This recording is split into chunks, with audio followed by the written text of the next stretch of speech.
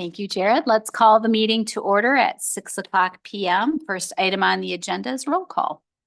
Nyla Fry. Here. Trisha Brown. Here. Sam Kaufman. Here. Kristen Runge. Here. Aaron Moran. Here. Joel Zitzelsberger. Here. Robert McPherson. Here. Next item is confirmation of open meeting compliance. I can confirm that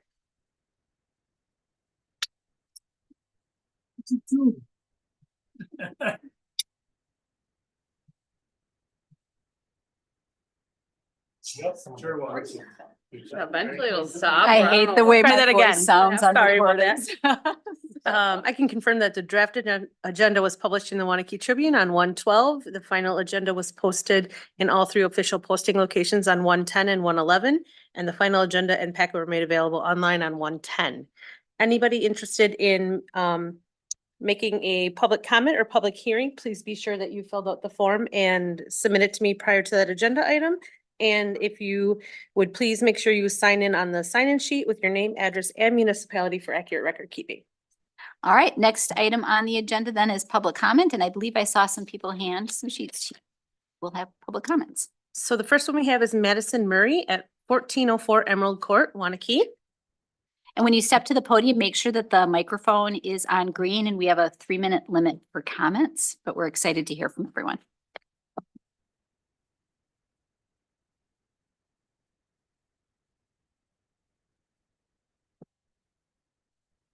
There we go. Hello, my name is Madison Murray, and I'm here today to talk about the creation of a sustainability committee within the Village of Waunakee. I support the creation of a sustainability committee within the Village of Waunakee. As I turn a voting age this year, it is important to me as a young person to see our city's leaders prioritize environmentally conscious practices and create a space dedicated to planning a more sustainable future.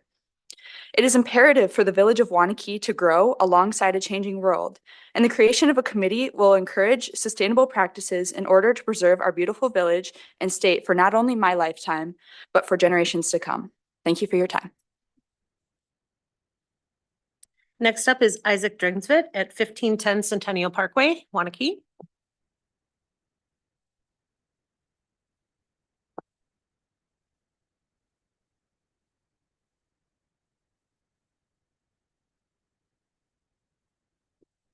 My name is Isaac Dringsvit. I'm a senior at Waunakee High School and the president of ECO. You all have heard me speak repeatedly at meetings like these, meetings with the utility, meetings with staff, and meetings at my very own school. Unfortunately, I have not seen any real action come from this body. And no, scheduling another special meeting is not action. My AP government teacher refers to the Chinese proverb, talk doesn't cook rice. We have quite the raw rice. Waunakee households have released about 23,190 pounds of CO2 into our atmosphere alone since I presented to you in November.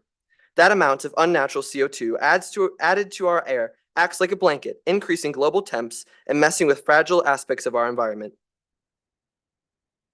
This is the same as about 8,000 of these cozy Waunakee cross-country blankets by weight, a bit too warm for our Wisconsin winters. This data even excludes businesses, municipal workings, and agriculture, all of which are large carbon releases. I'm here to beg you to make a decision not tomorrow, not next meeting, but today. The village committed to incentivizing sustainable businesses and in agriculture, as well as creating clean infrastructure in the 2017 comprehensive plan, which I unfortunately had to read. Actually, it was kind of fun, but I'm not sure the other high schoolers in this room would agree. I've heard of concerns about the budget, and although I believe climate disaster mitigation is a worthy budget item, there is money set aside for these projects. Waunakee is losing money in the IRA daily, and Waunakee is losing dollars to future environmental disasters. See the 2018 flooding in Dane County, which cost $18 billion to our surrounding communities. I'm sure the presenters will go over their accomplishments, but this is what I would like to see from a sustainability committee. Solar panels on eligible municipal buildings to lead by example in the charge for renewable energy.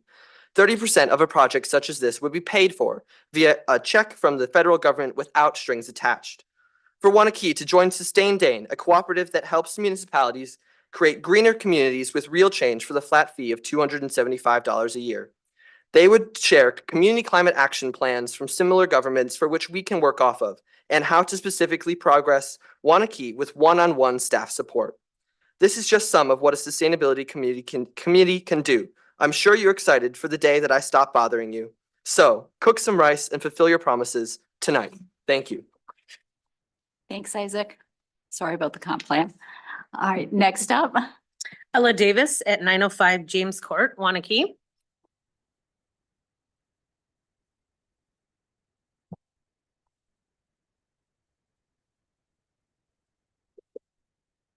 Hello, my name is Ella Davis. I live in Waunakee. I'm a sophomore here at the high school, and I'm here tonight in support of creating a Waunakee Sustainability Committee. I first heard about the possibility of a committee some time ago in ECO, and when I learned that it was finally coming back up in the board, I wanted to share with you its importance to me. I'm passionate about STEM, specifically genetics, which ties back to many aspects of life, just as climate change does. I hope to work in a science-based setting and make the world a better place at the same time. I believe you should do the same by making a science-based decision to start a sustainability committee rooted in research and facts so that I can have a career without having to worry about climate change, pollution, or energy shortages in my future. As has been exemplified in other local communities, a sustainability committee will mitigate the effects of environmental disasters and the economic impacts of a changing environment. Thank you. Thank you, Ella.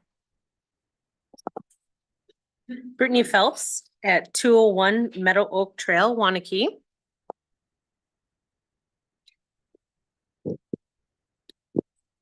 Hello. So we've heard from some incredible high school students, and this is their passion.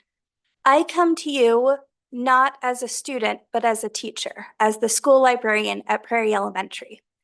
And my students, these kindergartners through fourth graders, their future is what we're deciding.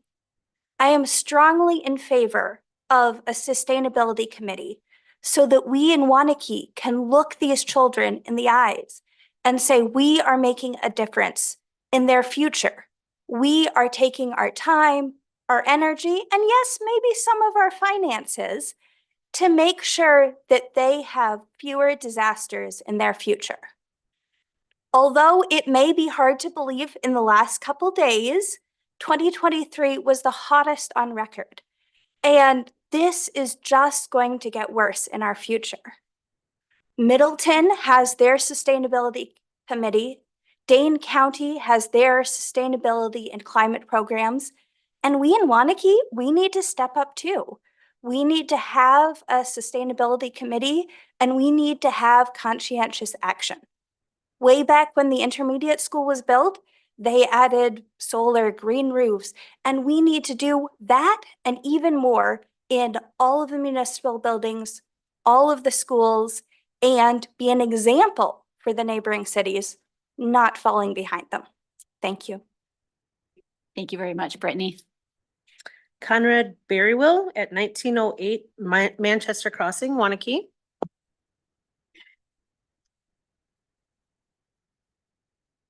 My name is Conrad. I am a senior at Waunakee. And in the past few years, environmentalism has become a very politicized topic, and climate issues have just been thought of as minor bullet points on a long list of other problems. But if the security of the environment we live in isn't a top priority, then I really don't know what should be. We're all probably aware of the very real challenges our community is facing, so I won't reiterate, but take this as a reminder of your own willful ignorance. The contrast of your unbothered nature regarding this issue and its urgency cannot be stressed enough, and I hope you will decide to match its exigence. Thank you, Conrad. I have no further forms. All right. Then our next item on the agenda, and thank you to everyone that came and spoke today very much. Next item is, oh, I'm sorry. I have a I'm public comment too, if I can. Yes. I'd like to share with, I'm going to share my screen, Jared. We had a couple of very generous donations for the Centennial Park Playscape project. I'd like to share for the board and the community a video. Let me do this right here.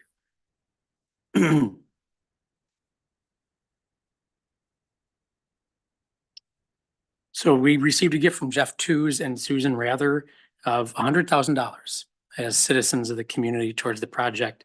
And they are hoping that their gift. Is that me or you? And they're hoping that their gift will inspire others to also support the project. So one of the things I promised that I would do is share with you about their gift and this video that we produced with them. Hopefully it'll work. Escape project for me ties together. I've got Community Development Authority, the Housing Task Force, and I look how important it is to have access for everyone. And having public parks is so important. The Playscape is going to turn out to be a great gathering place. I've been a Waunakee resident for 30 years, raised my daughter here. I really wish when she was small there was something like this to bring families together. That's what attracted me to out with this project. Well, I encourage others to give also. It's a way to invest yourself in the community and become a real member of the team instead of on the outside looking in. So I applaud them and their generosity. I would add that our website, escape out of this. Am I done sharing already? I'm going to share again.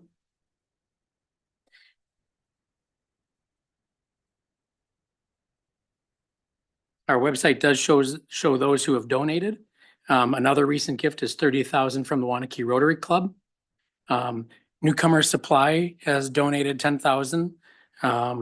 And we've sent information out to other businesses through the chamber and other organizations. I see a couple recognizable names on the list as we go down. So thanks to everyone. And there is room. If you see our little thermometer there, we did establish a goal of $500,000 for community support. I would say we've made a good crack into that so far. So really appreciate that and would encourage others to consider. So thank you. That's wonderful news. All right. Do we have any other public comments before I close public comment? Is anyone online? I neglected to ask that before. No, No? online. All right, then thank you all for your comments today and for the good news, Todd.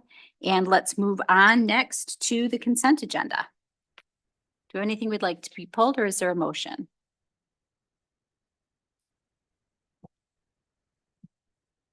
All right, seeing nothing to be pulled, I'll make a motion to approve the consent agenda. I'll second it.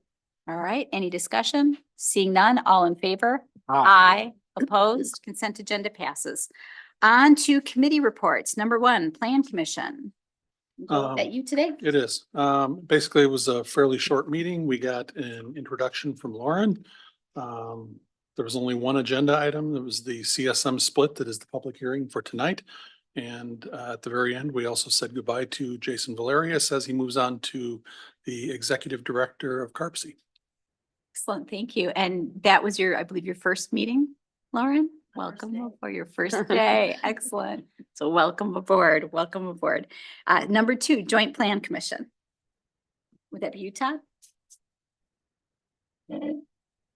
I could report that the one item before the Joint Plan Commission passed unanimously and quickly related to the public hearing item that's on your agenda for this evening, the CSM in Kilkenny Farms. All right, thank you. Item number 3, Create Waunakee. Yeah, we met last week. Biggest item on our agenda was preparations for the Create Waunakee Inc.'s ball that's happening next month at the library, Saturday, February 17th. 17th, okay. And so tickets are on sale. There's also sponsorship still available. It's going to be an amazing night. Lots of things going on at the library that night. So I would encourage everyone to get yourself a ticket and all of your friends a ticket. Well, thank you. EMS Commission. Yes, the top thing that I want to highlight from the EMS Commission, they're due to it's a follow-up to the generous donation from Rex's family. The training for the community will be on January 24th at Rex's. There's a time, I forgot to write down the time, but it will be that day. There's going to be an announcement on social media as well that will follow up on that. It is to train the public how to use an AED properly and how to do basics of chest compression. So not full on CPR training, but just the type that you don't need to get certified for. Otherwise, we did pass as a district, the last set of changes to the agreement. So probably next month, we'll have to vote one more time. It's just one additional item, and that's to discuss elections of a chair, since that we didn't have that written in the agreement. Otherwise, more next month. All right, great. It's January 24th. We'll mark that on the calendar. Parks and Rec Committee. We had no meetings. Excellent. Public Works Committee. We did not meet, but I would like to thank Bill and his crew for all the work they've done clearing all the snow. And it is much appreciated. And I've been hearing that our roads are much better than Madison's. So I wanted to say thank you. All right, absolutely. They've done an amazing job. Thank you. Any other committees or commissions to report on? We didn't have listed. All right. Seeing none then, let's go to public hearing. So public hearing and discussion on a certified survey map dividing 1330 Water Wheel Drive into 2 lots. I believe, am I passing that over to you all for presentation before we open the public hearing? Well, are you taking this? You've heard the presentation 2 times already. Again, as you know, this CSM went through our plan commission as well as joint plan with recommendations for approval. The nuts and bolts of this is the tasting room project at that you've seen approved, site plan approved, et cetera, has made a change in their corporate approach to the project. Initially, the intent was for the property to be built, developed by the Tierneys and then leased back to the owners of the tasting room. The modification is instead the tasting room owners wanting to buy the property on which the building sits. I believe this relates to their financing packages or what have you, but is the desired route that the developer and the business both agree to. So in order to do that, the Tierneys have put forward a CSM to separate that specific lot off. That will enable them to complete the purchase of that property to the tasting room. And that's the item before you today. And for those who need perspective or where that is, the village extended Simon Crestway, a little stub just south of Water Wheel, right next to, or right near the car wash for Quick Trip. So that little stub extended is in that southwest quadrant is the location of this particular lot. Okay. Wait, it's on page 20 of the packet, Jared. Would it be possible to just put that up? I can get it, Jared, if you don't. All right, thank you. All right, let's open the public hearing at 6:18 p.m. Do we have anyone that is interested in making a statement or commenting on the division of this lot? Nobody No online? public comment. No papers? All right. We'll wait a few seconds to see if anyone decides to speak. All right, seeing no comments, we'll close at 6:19. And then it is up for discussion for us. Does anybody have comments that they would like to make or a motion? I have a question. Yes. My question is, how does that in any way affect what will be remaining of the lot to be developed? And there's that again. There's that better. There, how's that? Better. You're talking about the lot to the east. There is one lot, I believe, developable to the east. Both lots to the south are for parking. Okay. And the lots to the east don't change, are unaffected by the CSM. Okay, thank you. All right, any other questions? All right, seeing none, I'll. One oh, quick go question, ahead. sorry. I was looking at repeatedly and I'm just not getting it. So the tasting room is going to, they have their own parking that they're putting in, or are they relying on the other lot that's next to it? It's the lot, and there's further documentation in the packet that shows shared easements so that the parking is of service both to the Buck and Honey's property and the tasting room property. Lot 1 itself doesn't contain the parking for the tasting room. That remains on lot 2, for which I believe it's, or I might need to call on you to help me out, but there's easements indicated and access indicated. That makes sense. Yes, so both lot 1 and lot 2 are parking. So off of Simon Crestway, there's an entrance as well. And there are easements allowing access from one to the other and for shared parking purposes. All right, thank you. Right, and Joe? You said it looked like. I was just going to say, I think in the plan commission packet, there was actually more info than what's included in this one. I think there were more drawings, or there was something with, I'm looking for. I think pages 22 and 23, we spent a lot of time on, Joe, if I recall, just Yeah. because it was a little bit of a, little confusing to kind of figure it all out, but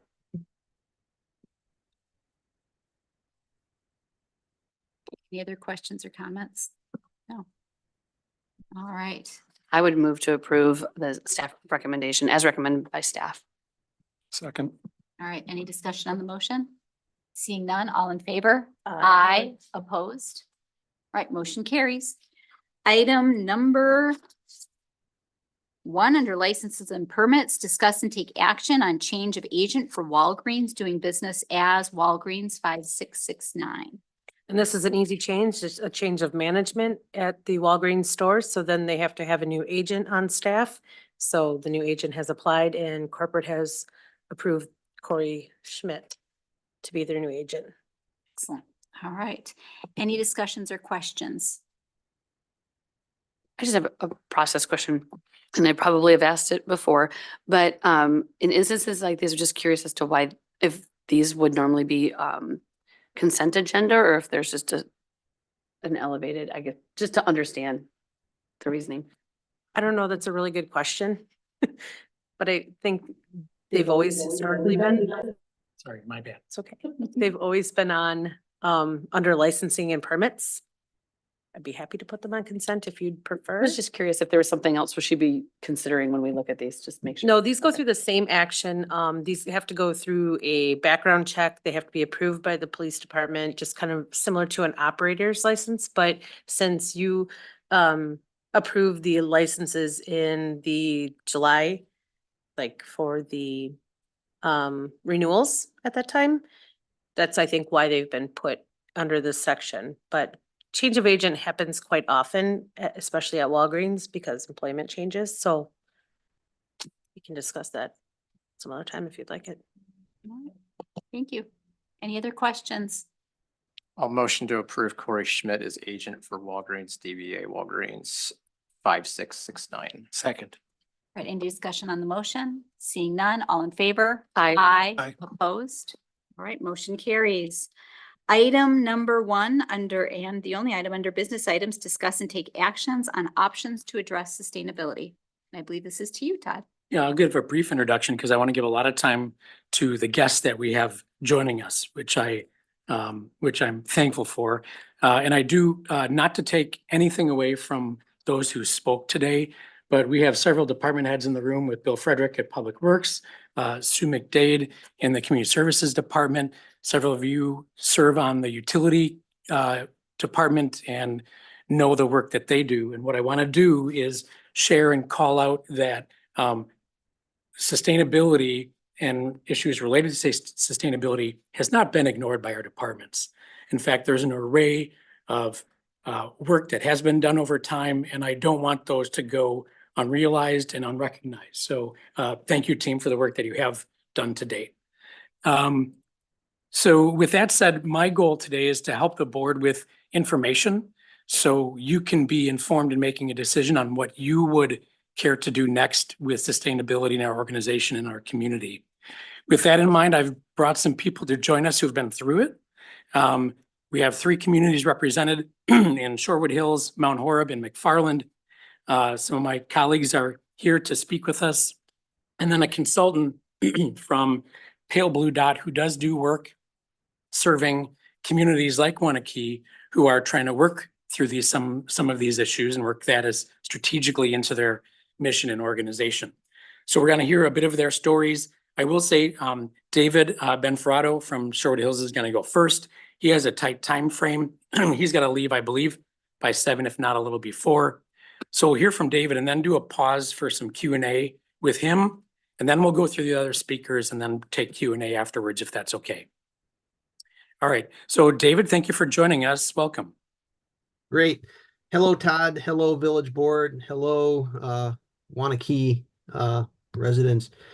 I am the former president of the Village of Shorewood Hills, so I just want to relate in a quick short minutes how the Village of Shorewood Hills tackled the issue of trying to bring sustainability issues and challenges into more of a focus and so that we could tackle it.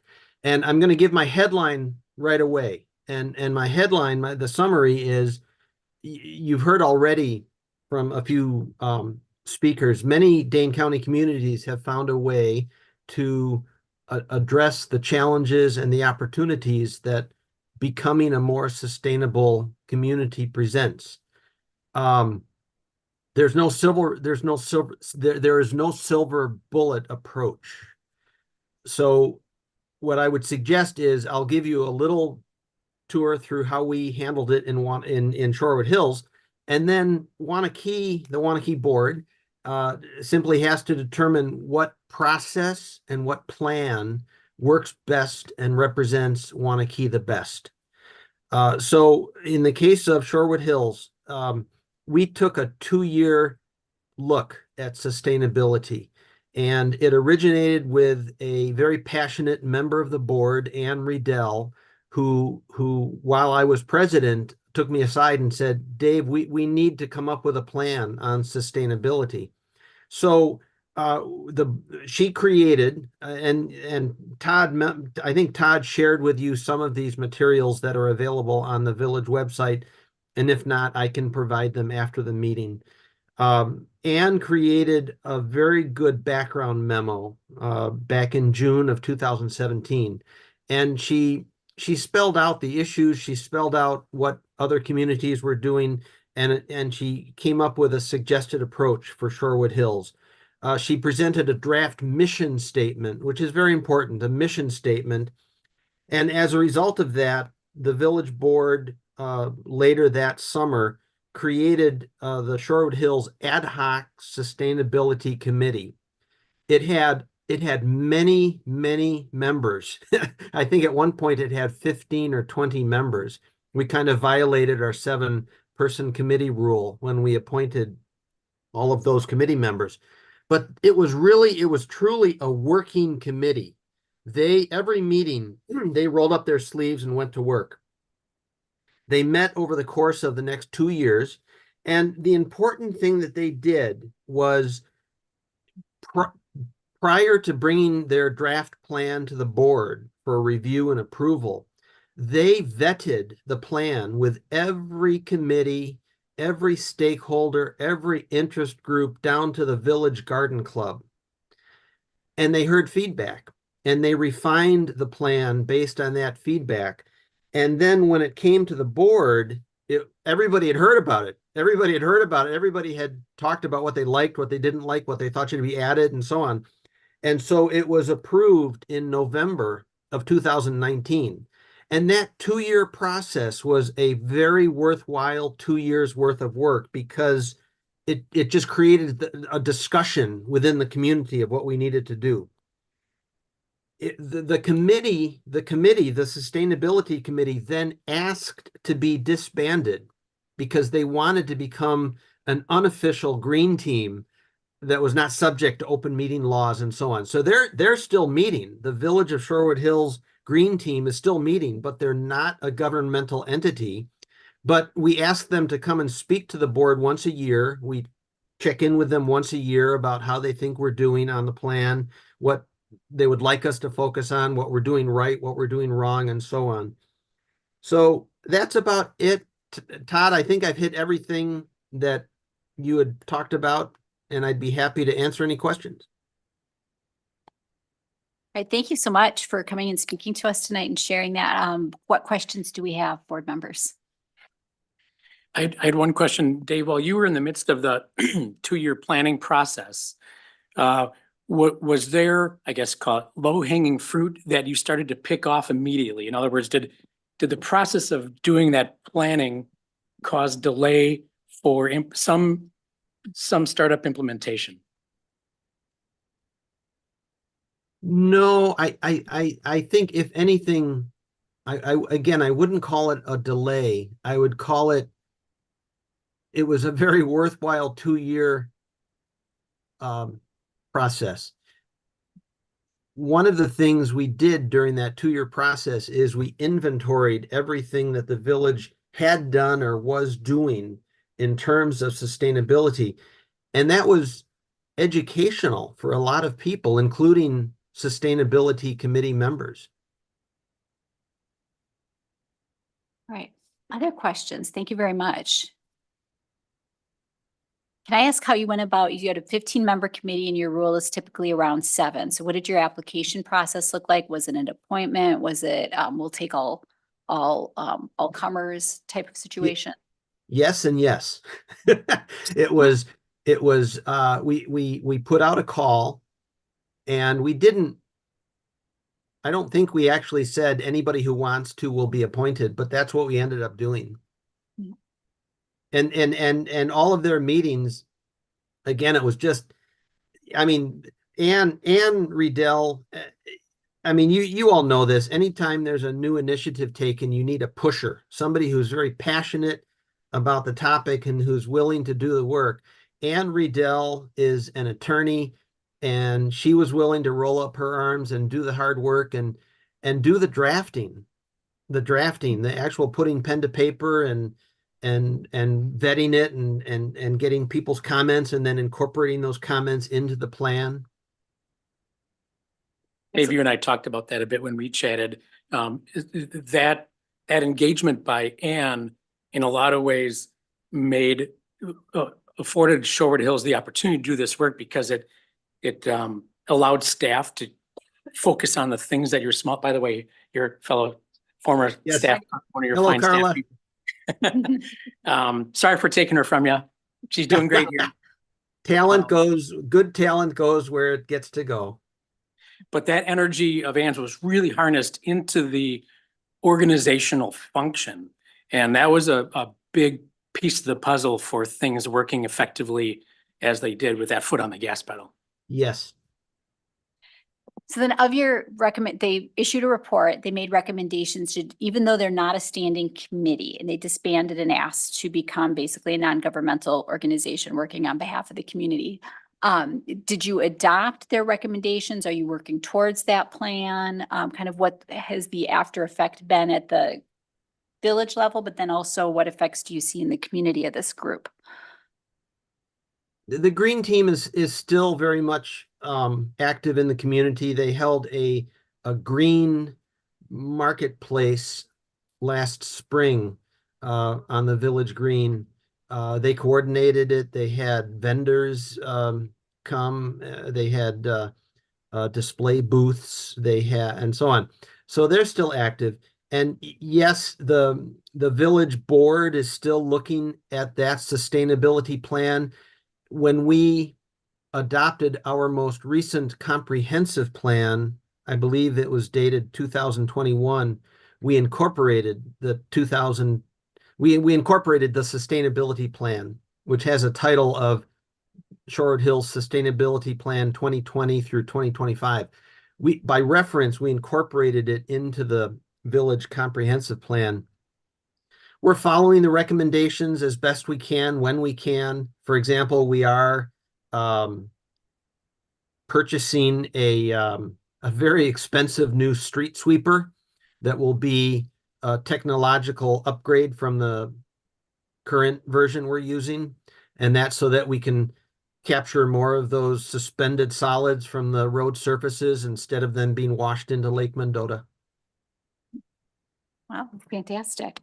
Fantastic. And then come 2025, when the plan expires, are there plans to turn to them to renew the plan? Or 5 years is in some ways a long time, some ways a short time, and a lot can change in that. What's kind of the next step? It's coming up quick. I'm no longer on the board. I served 19 years on the board, the last 6 as pres. I decided not to run last April. I would have to assume it's a hot issue in Shorewood Hills. I would have to assume that the village board will come up with a way to refresh the sustainability plan, perhaps reappoint a sustainability committee to do that. I'm not quite sure how they're going to do that, but I am certain they will. Okay, great. Thank you. Other questions? I've monopolized the conversation. No other questions? All right, well, thank you. Sorry, Oh, go ahead. Just really quick question. I was engrossed in reading through the report. Is there any, do you happen to know, is there somewhere on Sherwood that, like you said that they come annually? Just to go back and look through like the meeting minutes from their latest report, do you know about when they would have met last? I think we had them scheduled in April around Earth Day, if my memory serves me right. But I can connect with you afterwards or get those links to Todd. Thank you. Their website is very impressive. They contain, kind of like we did the Housing Task Force, all the meeting details and exhibits, and that whole journey is very well archived on Sherwood Hills website. Oh, that's wonderful. It's a great resource. All right, Erin. Is there anything that you would have done differently that we should consider? That's a good question. We should have started it sooner. And, but yeah, you all know village boards and individual members of the village board, you only have so much bandwidth to deal with issues. So we do the best we can. And I think we did the best we could. All right. Well, 2017 is certainly earlier than we're beginning it. What advice would you have for us? Like, what would your biggest piece of advice as we're starting to undertake this or looking at undertaking this? That's a good question. I would, if you could borrow anything from the Sherwood Hills process, I would try to involve as many different residents, committees, staff, stakeholders. Try to get as many different viewpoints into the discussion as you can and have that inform the plan, the plan that the Waunakee board entertains to adopt. All right. Thank you. Other questions? We have none? All right. Thank you so much for spending time with us tonight. And we appreciate your advice. And I think we'll all be looking at your website and kind of learning from what you've done already, in addition to what you've shared with us today. Wonderful. Much. Have a good night. Good Thanks, night. David. Bye-bye. So I'm willing to let my friends from Mount Horeb and McFarland arm wrestle to see who goes next. Do either of you have a hard stop issue, or could I turn it over to Nick? Yeah, that's fine. I figured you'd save the best for last. Oh. See, what I've come to enjoy about my friend from McFarland is he's predictable. Heard that before. Nick is the village administrator in Mount Horeb. I'm glad Nick could join us because I believe his sustainability committee just got off the ground within this past year. So it's been a very fresh exercise for them. So take it away, Nick. I really appreciate Matt's graciousness letting me go next. That's very big of him. Todd is right. When we started our sustainability committee last December, a kind of a similar story to Dave's, where we had a new trustee. We just had our comp plan redone, and he really focused in on a lot of the sustainability components of the new comp plan and kind of ran with the sustainability committee idea. We did not do the 2-year vetting process. We kind of just jumped in and are learning as we go. We applied for a grant last year to get a sustainability plan for the village. We weren't successful for that, but we're applying again this year. That'll be kind of a real big guide, doing audits of all the buildings, how the village uses our energy and ways we can improve it and save funds, as well as help the environment out more. A lot of their focus has been on education. They've held a few educational seminars on like natural gardening, natural lawns. They have one coming up on Solar 101, which is to direct people on how to get into solar for your home or business. They referred one policy to the village board so far in their year, and that was on natural lawn ordinances. We really didn't have anything allowing people to have natural lawns. So that was the one. They're also looking at things like sustainability and purchasing policies. How do you incorporate that? You know, not just we looked at it and it was more expensive, so we're not doing it. Some way to kind of measure that. Like Dave said, I think it's a learning process. We're learning as we go rather than, you know, going the route of the 2 years before. We're working on our first strategic plan for the committee, what we're going to focus on for 2024, until we can get the time where we get that grant to do more work and come up with a full sustainability plan. One other program we're working on is Soul Smart designation. Soul Smart's a governmentally funded organization that provides basically a ranking of how solar friendly your community is. We're almost to the end of that process where we're getting ready to submit an application for our designation. Really, the sustainability committee is made up of, I think it's 7 members. They're all extremely passionate about the environment and trying to find ways to be more sustainable as a community. We have 1 student member on the committee as well. All right, thank you very much. So first question I'll ask then is about how your committee formed. Did you do applications? Were they recruited? What kind of was that process like? It was a combination of the both. We have with our new president the last year, we started a application process where there's a form online people can fill out, tell us what they're interested in. And then I know the chair, who's a trustee, also did a lot of recruiting since he's pretty passionate about it. I don't think we had to whittle it down at all, though. I think everybody who applied was on. Oh, excellent, excellent. And you have typically, if I'm remembering your meetings correctly, 2 student liaisons to your regular board meetings, and then Right, one. we have a youth and government program, it's called, and it allows a couple of students from the Mount Orab School District to participate in the board, and then they're each assigned a committee as well. And one of our students serves on the committee, the sustainability committee. Excellent. So they're also a regular representative to the board, that student. Correct. Okay. Yep. When if we're looking, as we're looking at doing this, not if we're looking at, but as we're looking at doing this, what advice would you have for us? I think, like Dave said, go out to the community, see what other avenues there are, see what other supporters there are, and really do your research that way. I think we've been kind of doing that on the fly. Doing it ahead might have been a little easier, saved us some headaches, but. Great. What other questions do we have, board? What kind of relationship does your committee have with Mount Horeb Utilities, since you're also a WPPI community? We have a good working relationship. The electric superintendent did a lot of work on the Soul Smart designation since he handles all the solar applications and all that. We're also working with WPPI on potentially, energy use information.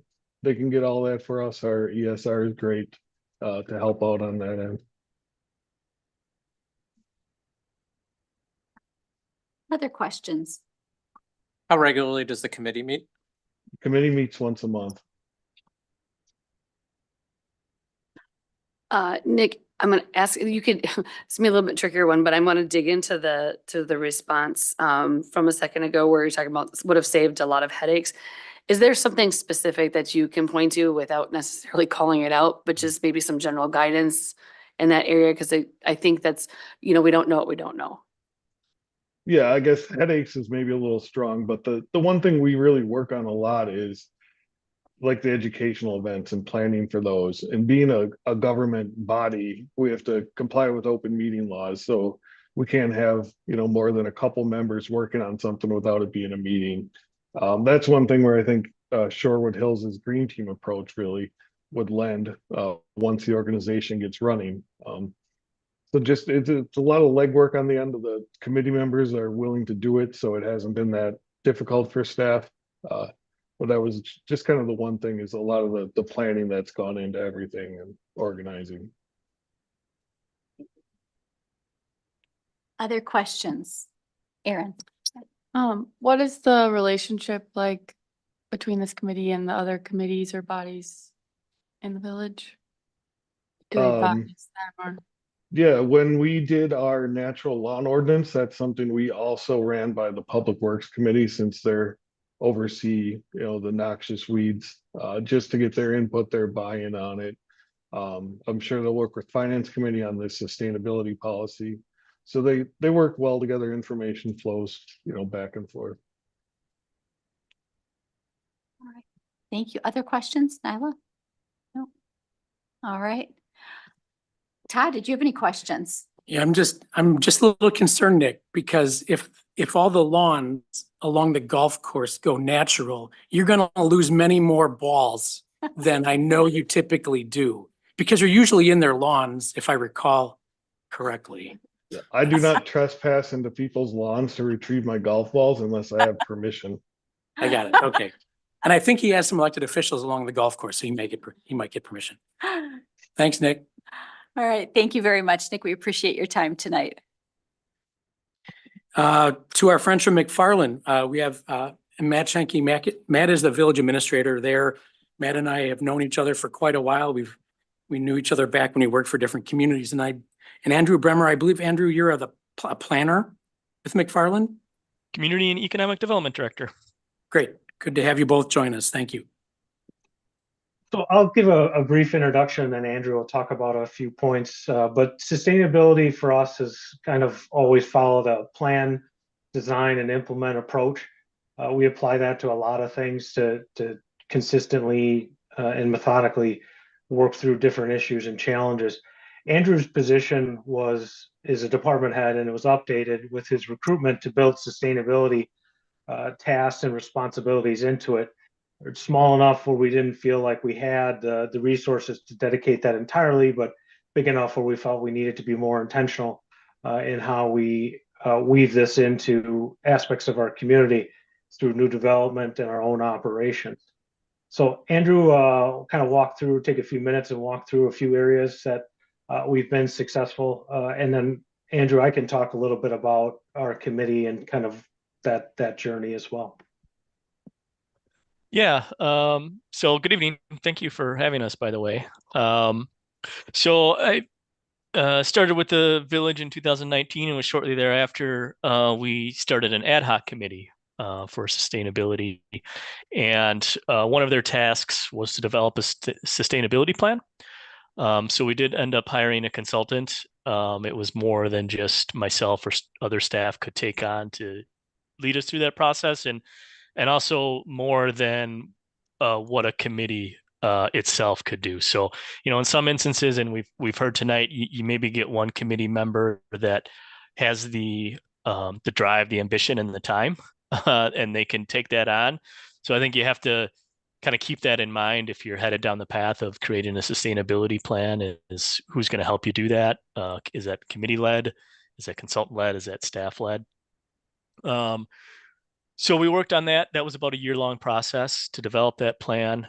They were also charged with two other items. One was to evaluate whether the village should join the Wisconsin Green Tier program. The other one was, should the village, once the sustainability project was completed, should the village have a full-time sustainability committee? And if so, sort of what form does that take? What of its duties going to be? How will it overlap or be different from other committees? So went through all of that. We joined Green Tier, and we ended up developing a full-time sustainability committee. We've also joined a few other organizations since then. Sustain Dane is one. Another one we've joined is the Wisconsin Local Government Climate Coalition. So we've been active in all three of those, attending regular meetings, learning from our peers, sharing what we're doing, and the goals that we're trying to reach within our community. We've had a number of pretty high profile projects that we've done since we've formed that committee. We recently opened up a new public safety building that partially through the design, we were working on the sustainability plan, and that led us to pivot a little bit on that project and make it a net zero building. So we ended up opting to design in geothermal in solar to that to make it net zero. We've also recently partnered with our school district, and the village purchased 8 acres of farmland that we're entering into a program with Alliant Energy to do a what's called a customer hosted renewable project, where Alliant Energy will lease land from the village and put in solar panels, and then the village will get a lease payment along with the school district and renewable energy credits to help us meet our sustainability goals. And those are for us one of many, but one of them is by 2030 to get 50% of all of our energy from renewable sources, and by 2040 to be 100% by renewables. And so those 2 projects go a long way to helping us reach those goals. Those are big projects. We've also done a lot of smaller things. So we've also done a No Mow May. That was an ordinance amendment in a program we started last year. So we've done some lower ordinance things, lower hanging fruit. What was interesting listening to Nick, and one thing that we wrestled with too as a committee in our structure and what they'd be tasked with was, would they do sort of events around sustainability? We haven't done that to date, and it's not really one of the foundations of our committee. I think recognizing that maybe our resources are better used elsewhere for us personally, and what type of impact that would have on staff.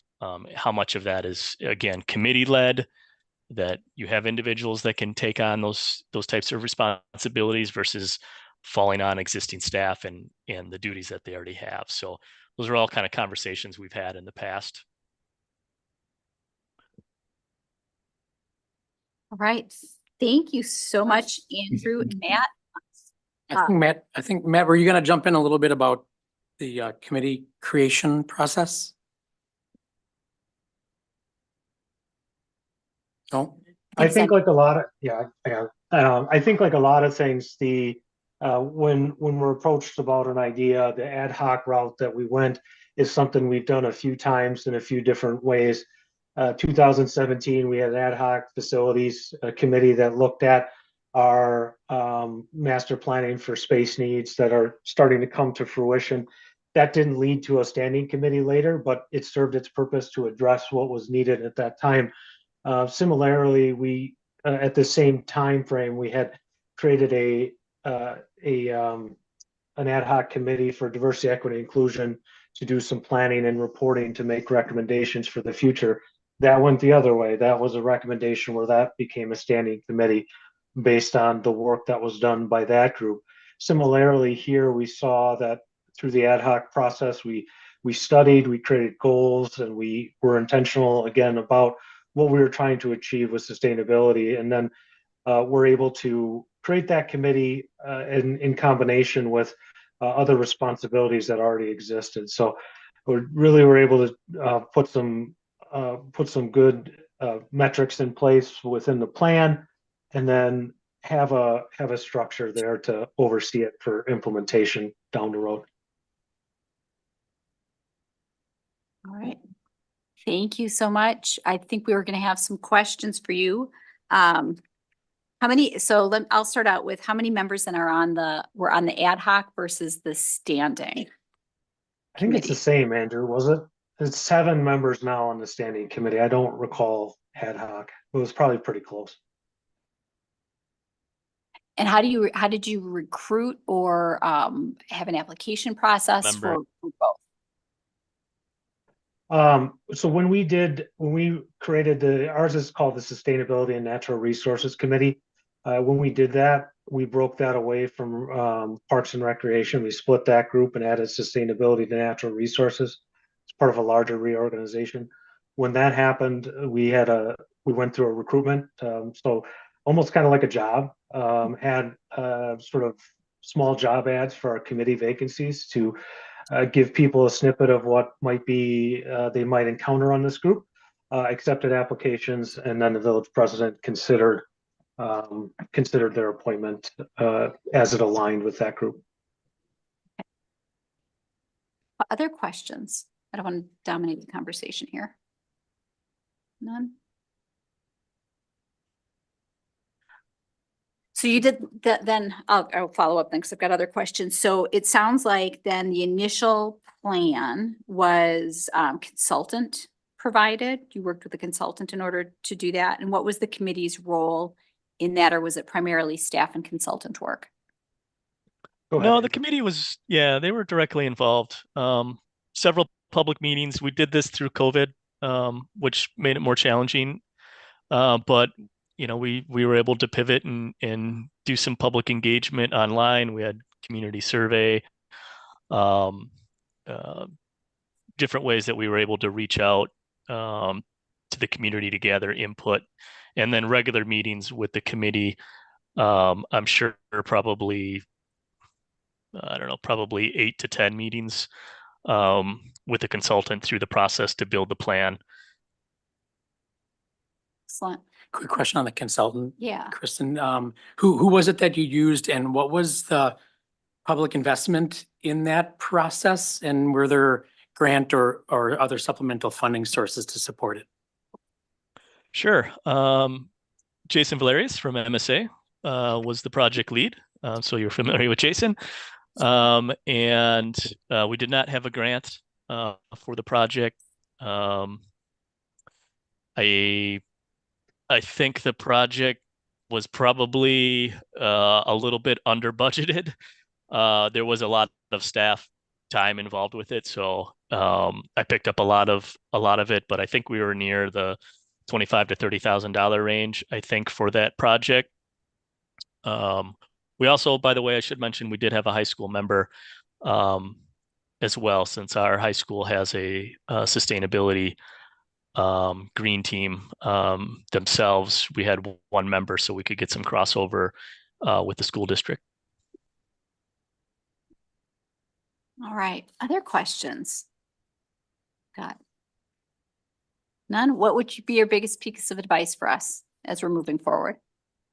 I would say there was a lot of good input that you've received tonight, but for me in my role and kind of seeing how it affects the organization in a number of different ways, the best thing you can do with sustainability is find ways to overlap it with the things that you already do. We can all create goals to use less and reduce energy, but the biggest effects and impacts we've had are seen in areas where we were already going to try to do these things, and then we're able to use sustainability within that realm to address two things in one issue. You know, a few examples of that are the solar farm that Andrew referenced is next to a gun club. Who wants to build a house next to a gun club? Nobody. What if we can use that land as a buffer between that and whatever other development might take place on the other side of it? Solar panels seem like a reasonable idea, and in doing so, it helped address that. We have to buy ambulances. There's new technology available for having an ambulance and understanding the difference between idle reduction and full electric and what that means for your operations. You're going to do that anyway. There's ways to build that in. And then additionally, understanding that there are true impacts to when you spend the money to go net zero for a facility, you're investing in the capital side of the equation, which you have control over, which affects the operating, and in doing so lowers those costs. There's opportunities abundant around there, but when you can find ways where those things overlap and things you're already going to do, that's where we've seen the biggest effect. That's great advice. Yeah, that's great advice. Other questions that we might have? No, none? All right, Matt and Andrew, thank you so much for your time tonight. We really appreciate it and appreciate your insights. You're welcome. You bet. Have a good night. Yeah, so our next speaker up is Ted Redmond, and he is with us from Pale Blue Dot Consulting. And Ted, I got your name from a fellow coworker who has not been directly involved in some of the work you've done in the area, but has kind of observed the outcomes of the work. And you were kind enough to take my call about 6 weeks ago when I called you out of the blue, and we had a great discussion. And I'm excited for you to be here tonight and to share kind of your experience, because you work with many more communities than we have on this issue, and you have a lengthy resume behind you in addition to the work that you're doing now with Pale Blue Dot. So I'll turn the floor over to you. Great, thank you very much. Hello, everybody, and thanks for letting me join you tonight. First of all, I'd like to say, congratulations on, taking the initiative to continue this dialogue and explore moving forward with whatever you do. I think having this focus is important and valuable. So I'm glad to see any community doing that.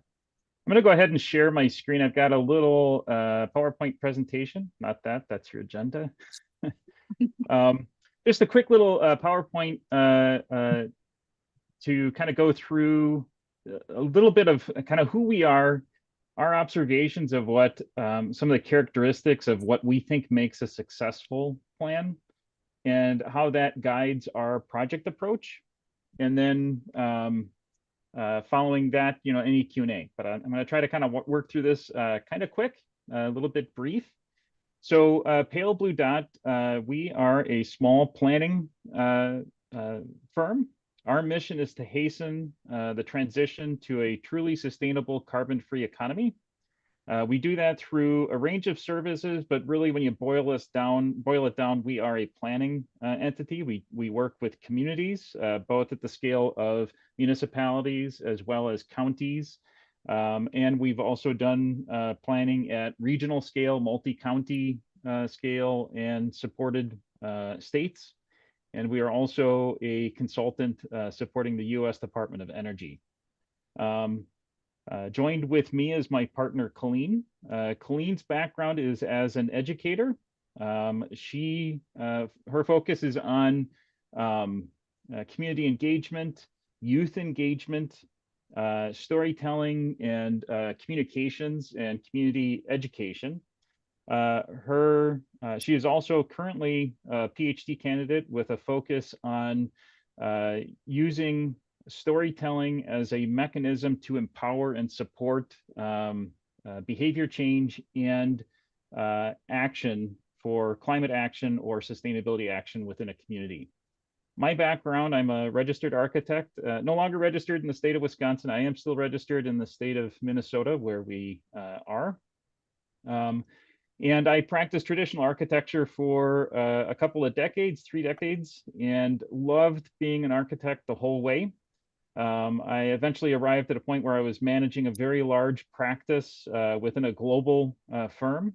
And I was struck with sort of an epiphany that I thought there were an awful lot of powerful decisions that were being made for short-term reasons at the expense of long-term impacts. And honestly, I needed to make a change. So I gave my partners a heads up and transitioned over a year.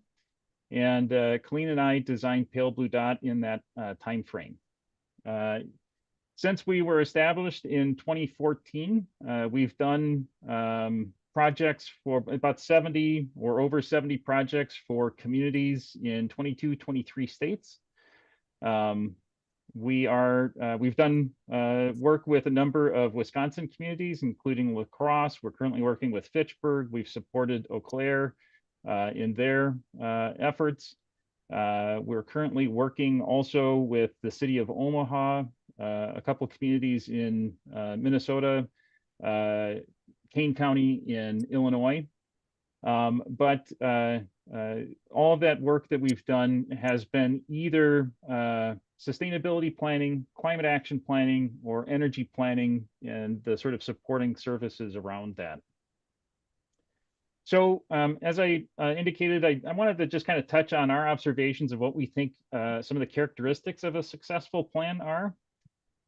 To us, from what we've seen, and I have no hobbies, so when plans come out, I digest them and consume them and put them in our database. And I think that successful plans kind of boil down to a few things. First of all, they're grounded in data and science. That, first of all, can help folks understand why change is needed and give a sense as to kind of what sorts of changes may make the most sense. They leverage broad stakeholder wisdom. There's a lot of knowledge in the community. Leveraging that makes a big opportunity. They recognize needs of the community because a plan that has an intent of being community-wide needs to have community-wide buy-in to the largest extent possible, because really this is not something that the village can do by itself. We need participation in its implementation. And we think that they have given, typically a successful plan has given some kind of thought about transitioning from planning into action. So those observations really inform how we typically approach a sustainability planning effort. It's focused around comprehensive community research, a collaborative planning approach, inclusive community engagement, and we try to offer extensive implementation tools. So as far as community research, clearly it always starts off with just sort of understanding what exists. So we do an onboarding process. We have an onboarding questionnaire that we issue to try to collect as much information from the community as possible, as rapidly as possible, what policies and programs already exist, lots of yes and no kinds of data. And then we also collect existing documents like a comprehensive plan or your pedestrian bicycle plan, review those to identify kind of considerations that might inform where we go from that. But beyond that, we also typically we suggest doing pretty robust foundational documentation. So typically we would create a vulnerability assessment to look at climate change impacts and projections and vulnerabilities that the community may have around that. We would typically create a GHG inventory, a greenhouse gas emission inventory and forecast. Usually we suggest doing 3 subject years that span roughly a decade so that we can help see some trends. And we usually suggest doing that for both municipal operations as well as community-wide emissions, depending on the scope of the plan desired. We also usually create a ground cover study. Through looking at ground cover conditions, how much trees we have, how much lawn, manicured lawn, how much native grasses, etc. We can learn a lot about vulnerability considerations, adaptation considerations, and sustainability metrics, things like heat island, carbon sequestration baseline, sorry, that was hard to get out, and other adaptation considerations. And we also usually create a renewable energy potential study. We do that because although we love seeing communities having stretchy goals that are really trying to push themselves, we've also seen a number of plans where they will have a goal of, hey, let's reach 100% distributed renewable energy within the community by Tuesday. Where maybe it's a goal that we love to see emotionally, but we know based on just the characteristics of the community that it might be maybe not possible to do. So we are trying to help get data out there so that we can all make some good decisions. All of our baseline information then gets summarized into a baseline assessment document. And in that document, we also will put forth some preliminary strategic goals by sector. So here it's just saying, hey, based on the information, this is what you may consider as potential goals. The intent of this is we're identifying lots of metrics and data. Some of this we can identify as we move along, things that the community might want to measure or keep tabs on into the future to measure progress. And most importantly, what we're really doing is creating process documents that we can use within a collaborative planning team that can bring people from a wide range of backgrounds and give them enough information to have a collaborative conversation together. Which brings us to the next part of our effort, which is the collaborative planning process. We see our role as really being a staff or committee capacity multiplier. I mean, we can definitely create the plan by ourselves and bring it to you and have reviews and edits, but we think the best plans are created together and focus on us helping to facilitate collaboration and managing consensus. So our teams are centered around a multi-stakeholder planning team. We collaboratively identify goals. We explore best practices and examples from actions from plans regionally and nationally. We keep a database and a tool to do that. We focus on collaboratively identifying detailed actions to achieve those goals and then prioritizing those actions all together to form a final plan.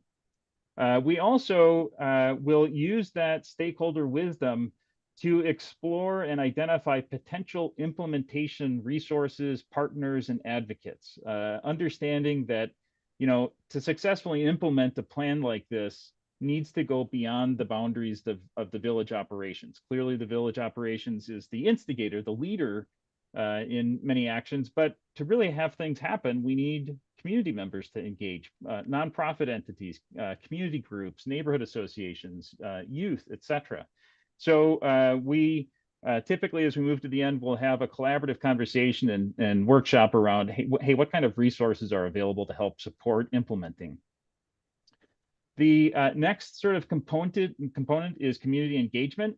So really, we think of the planning team as the deep end of the pool for community engagement. Ideally, we suggest having a broad team that's got folks from the community, residents, representatives from underrepresented populations, business owners, etc.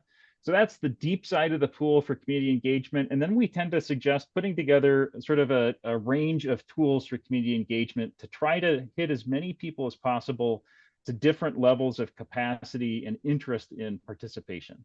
So we usually suggest doing community engagement in 2 rounds. So the first phase is while we are working on a plan. So before draft plans put together. And then the second round is once there is a draft plan, kind of get it back out there and get folks' reactions on the plan, how can it get better, etc. And so, you know, usually the kinds of tools that we might suggest would be, you know, there's community engagement meetings, town hall meetings, online surveys we think are very important, 24/7 access for input. We will often, depending on the interest of the community, we will often put together equity input. Those are usually centered around doing listening sessions where we will outreach to potential equity partners in the community to find ways of getting in front of people that we often don't hear from. We will put together things like a meeting in a box to help support folks facilitating their own input discussion and sharing that input with us. Oftentimes we'll do some form of youth engagement. It could be a youth forum, a design thinking engagement of some sort, or other activities or presentations to engage youth. And then we also often put together an information campaign, basically a social media toolkit that can help people spread the word and get the information out there. Lastly, we will often, we always have some form of implementation tools that we provide. We always provide an implementation matrix, which is, it's an Excel-based tool, takes all of the actions in the plan, puts it into sort of a format where it can be used during the implementation to track its progress, to track who's doing what, to identify what year any given action is going to be implemented, etc. And we also always put together a example policies database where it's based on the plan itself. We will pull out, we have lots of examples of potential policies or ordinances or programs that might relate to actions in the plan. And so we know that when it comes to then implementing some of these actions, one of the first questions a planner might ask is, okay, so, hey, we're going to do this policy or we're going to explore this ordinance change. Who else has done this? And how can I learn from that so that I can shorten the timeline for onboarding that? So we put together that database. Those are always a part of what we provide. In addition to that, sometimes a community will want like a public facing plan website or a dashboard. That could even turn into something that could continue into the implementation and support sort of community action, creating a toolkit for community action. Oftentimes, a community might want us to put together a funding and grant memo on how you might support funding the actions in the plan.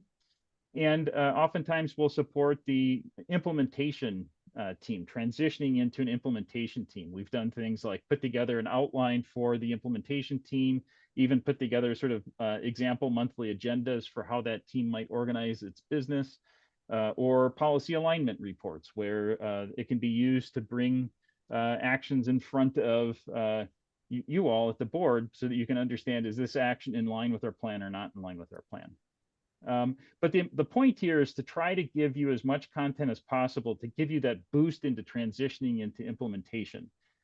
Because ultimately a plan is a fantastic place to start, but it is just the beginning. And it's really what we're really talking about is trying to set you up for a journey that can evolve with you as you move forward. So basically, we recommend an approach that's comprehensive in terms of community research and science-based targets, that's collaborative in its planning process, that's inclusive in terms of engagement and outreach, and that it focuses on extensive implementation tools to the greatest extent appropriate or possible for you. And beyond that, I'm happy to receive any questions or share anything else that I can. Thank you so much, Ted. That there's a lot to digest there, and I appreciate all of the wisdom that you're sharing with us. First board, what questions do you have? Go ahead, Joe. Just given all the information that you got there, there's a lot of work to be done, obviously. What is the, I guess, sort of the minimum, maximum, or typical timeline to be able to accomplish those things? So we've done community plans as short as 6 to 8 months and as long as 2 years. I think an 8-month time frame is often too rapid because it's just difficult. You definitely want to have the community come along with you, right? And so I think making sure that it's at a pace where staff and you all can kind of feel comfortable that you're understanding what's evolving in that planning process, and that there's also then enough time to get good community engagement. So I would say, usually think of a year for a full planning effort. You can think of it as a year, as I would suggest a targeted timeline, but that's got flexibility to it if needed. Yeah, thank you. Other questions? So during that year of planning, then typically does the committee report out what progress they're making or what they're doing to the village board or what other entities, the other committees they might be working with? Yeah, so the planning team itself, in the process that I outlined, if you take a path like that, then the planning team that's developing the plan, usually there's a great report out opportunity at the beginning, like, hey, this is what we're going to be doing. We've mapped out the process here. This is what we're going to do. There's often a really good opportunity to report back once that foundational research is complete. Like, what did we learn and what do we think some of the potential goals might be? That's a great opportunity for reporting back and getting input. Then there comes a time sort of in the midst of the effort where the planning team is feverishly exploring stuff. And that just is a process. So usually there's less reporting out there because everybody's got, there's bubblegum up on the wall, right? People are throwing ideas out, and it takes time to kind of digest that and process it, decide what's what, how are those goals going to be supported, et cetera. And so then kind of a report out at the end of that process when you have a draft plan. So that's frequently what we see as kind of a reporting back timeline. Excellent. All right, questions? None? No? Wow, that was very comprehensive, Ted. I appreciate it much. What going forward, then I'm going to ask you the same question I asked the other presenters. What's the one big piece of advice you would have for us as we're starting to go down this road? Yeah, I think I might have 3 pieces of advice. Even better. The first is I always suggest don't be afraid of stretch goals. And also inform the community what stretch goals mean. So in other words, it's very common for some folks to be too concerned. Hey, we don't want to put out a goal that we might not hit because we don't want to fail. But in my perspective, it's better to have reasonable but stretchy goals that, hey, getting there is going to be, a little bit of a challenge. Maybe we don't get 100% there, but having a little bit of a stretch goal as opposed to an easier to achieve goal is, I think, in the long run better for us. We'll get more done by having stretching ourselves a little bit. The second is to think of the plan really is the beginning of a journey. That implementation for something like this, I mean, usually sustainability goals, we're talking long-term goals. And then the plan usually wants to target something a little bit earlier interim because, you know, it's difficult to say what kind of actions you should be doing in the 2040s, right? So let's focus in the next 5 years or 10 years, but think of it as a journey, and that as you implement, you might decide you're going to evolve some of these actions as some have success, some things don't work the way you want them to, et cetera. And then lastly, for everybody to understand, not just the board, but community to understand that really sustainability action is for everybody. It's not just you as a board. It's not, you know, 1 or 2 key staff in the village operations. We need community members to also be supported in stepping into some of these actions and participating. So it's a collaborative effort, not just in the planning, but in the implementation also. Awesome. Thank you so much. Todd, do you have any questions? No? No, except obviously, Pale Blue Dot is a consulting firm. There are others. If we wanted to engage, you know, deeply into a firm, it's possible we could talk about an RFP to solicit proposals from interested companies. Although I will tell you, there isn't a statutory rule that requires the village to go an RFP route. So if you love Ted and everything about him and everything he shows you, it isn't, you know, beyond your legal ability to say, we like what he says, this is how we're going. Show us a proposal, Ted, and off we go. So, but we did want to show the board the capacity of the consulting world. So I think, as you put it, Kristen, how do you talked about starting this off as not a deep dive, but a sprint.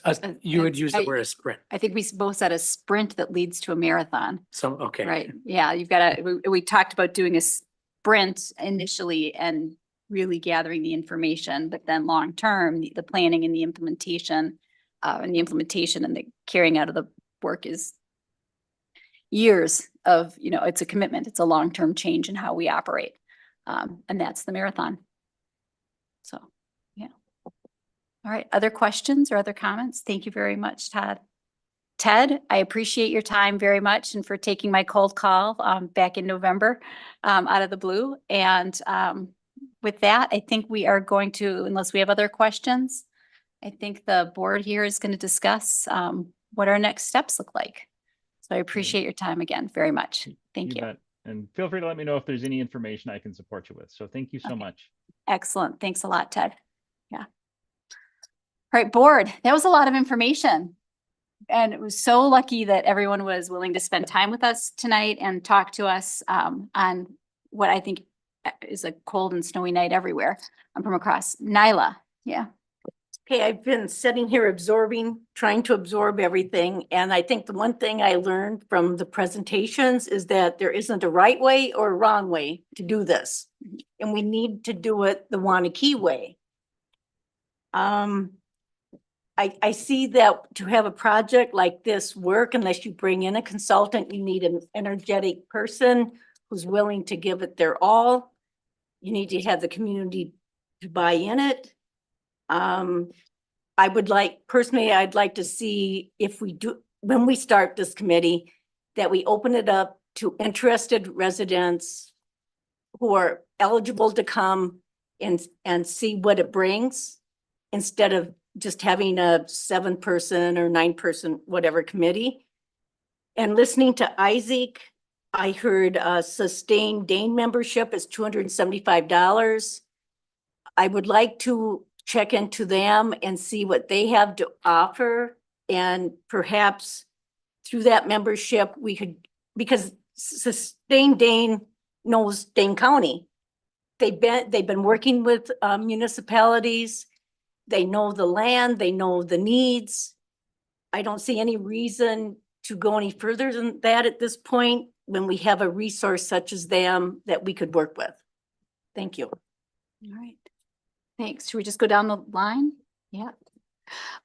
So So similar to Nyla, just kind of soaking it all in. And I appreciate Todd and Kristen for the kind of the variety of information and the different experiences and lenses that we were able to see this through tonight. And to the students that really brought this before us from the get-go to start the conversation in the first place. So one of the things that resonated with me from some of those that have lived this and have done this and tried to really ingrain this in their communities is that they wish they would have spent some more time planning or do the homework on the front end. And that resonated. Todd also mentioned and made the great point that, you know, the village is already incorporating sustainability in a lot of what they do, whether it's the decisions that they make, purchases, just part of standard operating procedures. But I don't think that's necessarily always given a lot of visibility into the rest of the community. And then in listening to Ted and some of the experiences that he's had and the information that a study like that can bring to the community, not just inventorying what's already there as far as, you know, practices and procedures, but just natural elements that can be leveraged as part of the ongoing efforts and what maybe the low hanging fruit would be, or what are your greatest opportunities? What would those stretch goals look like? I think something like that would be important. So I think maybe just as a place to start, where I'm leaning or feeling right now is not like a chartered new committee, but maybe an ad hoc or a task force that would include some staff, community members, and of course, you know, 2 or 3 of us to help like guide and decide, you know, would we RFP? Would we go through this consultant? Would we just take this on as a committee and use our local resources? But I think that feels right as a place to start so that we don't get out of our skis and we are very thoughtful and deliberate about where we take this. So that's my thoughts. Thanks, Tricia. Sam. I would overall concur with what was said previously. I think it is important that we do make a concentrated effort to communicate what we already do. Nyla has already done that at the Public Works Committee level, and I thought that was a very educational discussion. I also spoke to an alder in Fitchburg, who I do consulting work for, who had nothing but praise to say for Pale Blue Dot Consulting. But I think no, an important place to start is to communicate effectively what we already do. Great. Thanks, Sam. Erin. I'm excited. We're like talking about action steps for this. I'm going back and forth on if a standing committee would help things just like be more established. I've seen that work really well with Great Waunakee. We kind of jumped in. A lot of things had been going on and there were years of planning, but at the same time, like the housing task force was a way we could involve a lot of the community, a very specific topic. And there have been actions that have come out of this or other groups with further charges. So I guess I've seen both work in the last 5-6 years for us, but I'm not really sure which way I'm leaning right now, but I think doing either one is what I would like us to do. Excellent. Joe. As I responded to several different emails that I had gotten, I really think the sustainability committee in some form is really a slam dunk. I mean, I don't think there's really anybody here that's saying, no, we don't need to do anything with this. I liked what Tricia said. I think the ad hoc committee is a great place for us to start to be able to at least take some action and get moving, because I feel like we're in a place where we're just kind of getting down into the weeds, but not really making a whole lot of progress towards anything. If we can do that, I think that would be a good thing. If we do that, we still need to give that ad hoc committee some sort of a charge. This is, you know, a little bit of direction, whatever that might be.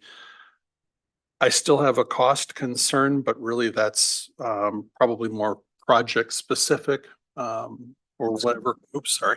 Whatever comes out of the committee. So we'll cross that bridge when we come to it. And that kind of goes towards my final point as well, which is there's been other things that have come before us recently. They aren't necessarily perfect, but we've been able to take some action, move forward, and if we need to tweak, we'll tweak. So I'd like to see us move forward sooner rather than later. All right, thank you, Joe. Robert? The last time we talked about this, I tried to see if we could start committee that day, so I'm still very much in favor of this. Getting a flavor for how the rest of the board is speaking, it sounds like ad hoc is probably what people can be okay with, which is a start. I think that, we could learn a lot from the way McFarland did it because they gave their ad hoc committee chance to go to a full-time sustainable committee. I do kind of agree with the concerns about we don't want to have a committee that is engaging in events. There's plenty of opportunities for community organizations that can do that. And that way we run into burning out anybody that's on the committee from having to plan for those things. And they can focus more on actionable items. I share the concern that Todd brought up, which was Pale Blue Dot gave a great presentation, but I would like to see a full RFP process if we are going to engage with that. I think it's just a reasonable thing to do. We do it with literally every other thing that we would get a consultant in on. And I do still continue to support the proposed structure that we discussed last year for the makeup of the committee. It is important that we continue to have high school involvement, that we continue to have. I still support 3 trustees because I feel like our more serious committees, we put 3 trustees on. No offense to some of the other committees, but the ones that really take action are the ones that usually have the 3 trustees on them. So I would like to see if we could still get to that point, but I'll see what how the rest of the board feels about that. Thank you. And so my thought, a couple of thoughts. First of all, a question. Our committees have a limited number of members. Is there some statutory limit to the number of members we have versus like the task force for housing, which had a much broader number of people on it? You're asking a somewhat legal question, but I feel pretty confident to act and advise you without a degree for that question.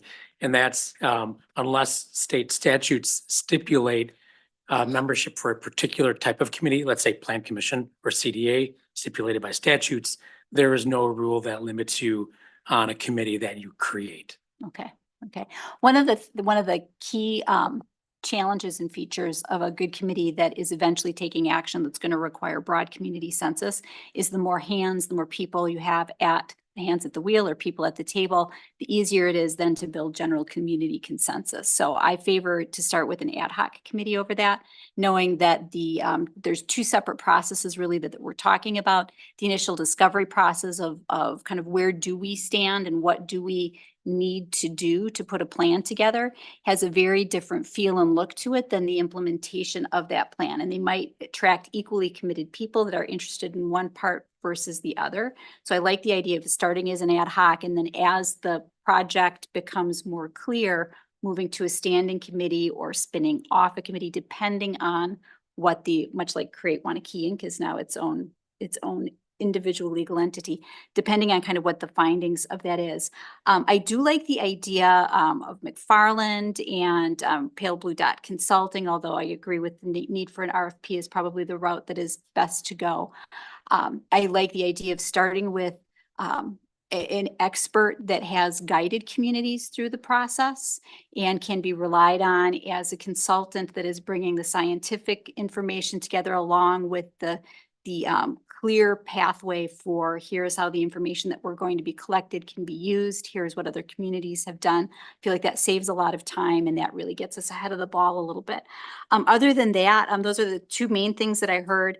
I think that we will probably take the advice of all of the committees that are people that talk to us tonight on starting the process as early as possible, involve as many people as possible, realize that this plan is just the first start of the journey, and that sustainability isn't just a village thing. It really needs to be a village community thing where the actions that we're taking are geared not just towards what we can do as individual departments or individual people, but there are household level actions that we're hopefully people will be adopting.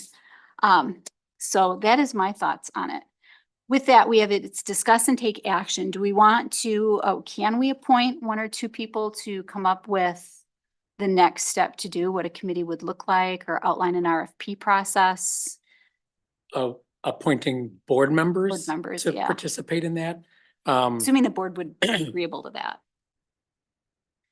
I would only say Brian's advice would be, you get into a gray area with two.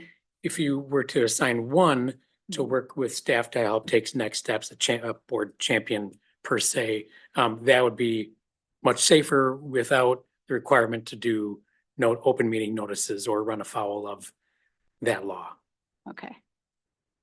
All right, so we need a board champion. Well, I'm happy to be a board champion. I'm not the only person interested in this. I'm looking at you, Aaron, as a Conserve School graduate, if you might be interested, or Sam might be interested, who would? Yeah, I am, think this is totally if spontaneous. there's Yeah. like groups that we would want represented on the ad hoc committee, or would that be a time for the board? Like who should we ask to be on the committee? Like, do we need to save certain seats? We did that with housing. I think we tried to get people from different neighborhoods or different professions. Not that housing and this are the same, but I guess. Yeah, Are there that's- things we should find elements? Yeah, those are among the things that, when you and I and Chris and Sharon sat down for the housing committee and put together that proposal, that's what we decided. And maybe I Yeah. can sort of pick Okay. up on some vibes I'm getting from the board. It seems that majority is of interest in formation of an ad hoc committee to be a part of our next steps, whatever they may be. With that in mind, the language on the agenda certainly gives you appropriate authority to make a motion to direct an item on your next meeting that would establish rules, proposed rules, bylaws, and direction for creation of an ad hoc committee. With that creation, then I think we could then get to work on assigning members. I'd be hesitant to start that process right now without having agreed with all of you on what is the task before the committee, because that's a typical question we get from somebody. If I were to call, hey, we have an opening on Public Works, whatever it is. Well, what do they do? And what is my obligation? What's the duration of my commitment? Those are the things, and I think we'd want to have that confirmed before we seek membership. And I think we can be prepared to have that discussion with you your next meeting. That'd be reasonable action for direction to staff. Another thing that I think is reasonable under this language is to call for and authorize membership in Sustained Dane. I do see that McFarland, Mount Horeb, Shorewood Hills, Fitchburg, Middleton, Sun Prairie, and Stoughton are communities that are listed on their website as members. I'm guessing that Renee can find $300 somehow. So if you would like to take that action as well tonight, that will click the button tomorrow, and step is then taken towards that approach. And I think, Nyla, I think you suggested finding out what resources Sustained Dane has to support our work. So that would kind of connect us in, and then off we can go with them. So those are a couple thoughts off the cuff. Okay, great thoughts. Thank you. So first a charge, which makes sense. And then Sustained Dane. And Nyla, I don't know if you might have a motion about Sustained Dane. I do. I move that we become members of Sustained Dane. Second. All right, any discussion on the motion? All in favor? Aye. Aye. Opposed? All right, motion passes. I would like to make, I want to bring forth something that is very important to me, is that however we set up a committee, ad hoc committee, whatever, I want there to be members on it who actually care about sustainability and not put naysayers on it, because if we do that, we will be wasting our time. Thank you. Yeah, and thanks for that, Nyla. I think people have to have a heart for this work. Yeah. All right, second is that, do we need a motion for charge, or can we just Well, direct I think staff? it's fair to take a motion to direct staff to bring forward to your next board agenda discussion of ad hoc committee creation specifically. And that then would send us to work over the next couple of weeks to try to answer some of the questions necessary for that action. It will involve Brian Kleinmeyer, and perhaps there will be some good samples that I can find from our friends that we've met tonight to help put that framework together for your consideration next week. All right. Or at your next meeting. All right, I'd like to make a motion to direct staff to look into forming an ad hoc committee to address sustainability in the village. And direct the agenda item for your next And meeting. direct the agenda item for our next meeting. Second. All right, any discussion on the motion? Yeah, so timing wise, we would be looking at discussing a resolution at the first meeting in February and then potentially passing a resolution at the second meeting. Possibly, although I don't think we're dealing with, a ton of rocket science here. I think we can probably have a version of a resolution in front of you at your meeting, maybe a couple word edits here or there, or a couple additions that could be part of a motion to in fact take final action in approving a resolution at your next meeting. If that doesn't happen, take some more time. And I guess that depends on how our conversation goes in a couple weeks, but if it's 2 meetings, then so be it. But I think it could be prepared in form to move quickly. Okay, I bring this up because we're going to keep getting public comment until we take action. And I don't want anybody to say, well, we're delaying even further if we don't take action at the first, if it's possible to take action at the first meeting, if there is something that's put together. And yes, I fully believe staff can put together. I don't think it's rocket science. I just want to make sure that it's clear to the public what the timing of this would be, that there could potentially be a push out to the second meeting in February if we don't come to a full agreement at the first meeting in February. I just want to set expectations for everybody. So in case it doesn't happen at the first meeting, that we're not. I think it feels like there's general alignment. There's almost more just the question, make sure we're not missing something. That I feel like we're Would that pausing. mean potentially creating first meeting February and then next day opening up applications? Or is this something we would have, we're starting applications before that meeting? Based off My advice general would be interest. to initiate membership pursuit when we have board agreement on what you're calling for the committee to work on very specifically. So we as staff can answer that question when interested individuals ask, which could be as early as the day after Meeting. your next board meeting, possibly. Yeah. So we'll have to work with Carla, who helps us with our new fancy committee interest system to get that put together. So when I had gone out to and spoken with the Eco Committee, we had hoped the end of January. So this is only maybe a week or 2 delay from what that would be, with the goal of a better process in place. So. All right. Other comments or questions? Did we have a second on that motion? All right, thank you. Any other discussion? All right, seeing none, all in favor? Aye. Opposed? All right, motion carries. Anything else that we should be thinking of in terms of action, Todd? We're looking for your sage advice here. Not specific to this item, but if there are if the board wishes further research in any realm of this work to help you in your next decision making, either let me know now and we'll work on that, or over the course of the next week, if other thoughts come to mind, let us know and we can continue research so you're in the best position to make your decisions. And to avoid us accidentally achieving walking quorum, if we do have questions or ideas, we should be directing those towards you. And Brian would agree with that. All right, excellent, excellent, because it's an exciting topic, and I think we're all aligned in the same direction. All right, anything else for the good of the cause? If not, Actually, I just wanted to mention, I had made a comment during the CSM section about things on the plan commission meeting. It was actually, was thinking of back when we had originally completed that, I think back in 22 or whatever. So that was the additional. thank you. Yeah, thank you for clarifying that. All right, and with that, Lauren, your first official board meeting is over. Thank you very much for joining us and for being part of our organization. All right, do we have any other motions tonight? Motion to adjourn. Second. All in favor? Aye. Opposed? Meeting adjourns at